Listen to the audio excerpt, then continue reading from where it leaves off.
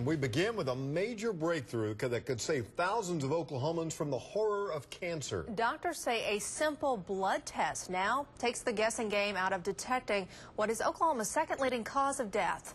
New tonight, Rusty Surratt explains the process through the eyes of a survivor. Rusty. Hey guys, this new test is great news for a lot of Oklahomans, and get this, all it takes is a teaspoon of blood to get the job done. Oh my God. Back up. For many of us, Power lines down. this would be the most frightening moment of our lives. But for the man behind the camera, that moment came many years ago. It's a big tumor, and so it was bulging, like my stomach was bulging. Mike Ratliff, an Oklahoma storm chaser, is also the survivor of a rare cancer.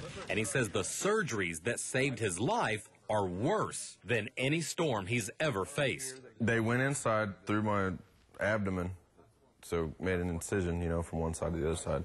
Went in, moved my stomach over, took the tumor out, and then sewed me back up. A painful and necessary surgery, but it's one that may be less complicated for future cancer patients. At least that's the news from scientists in Boston who announced they're teaming up with Johnson & Johnson to bring a new cancer test to the market, one that may find cancer quicker and easier. It will give us a non-invasive or non-painful way of monitoring a cancer, following a cancer day to day, week to week, without having to do repeat biopsies. Researchers say it will only take a small amount of blood to recognize a single cancer cell among a billion healthy ones. The technology may finally allow them to detect the cancer before it ever shows up on scans, and doctors will be able to find out sooner if the treatments they're giving patients are doing more harm than good. That would be most help for patients with prostate, bladder, colon, kidney,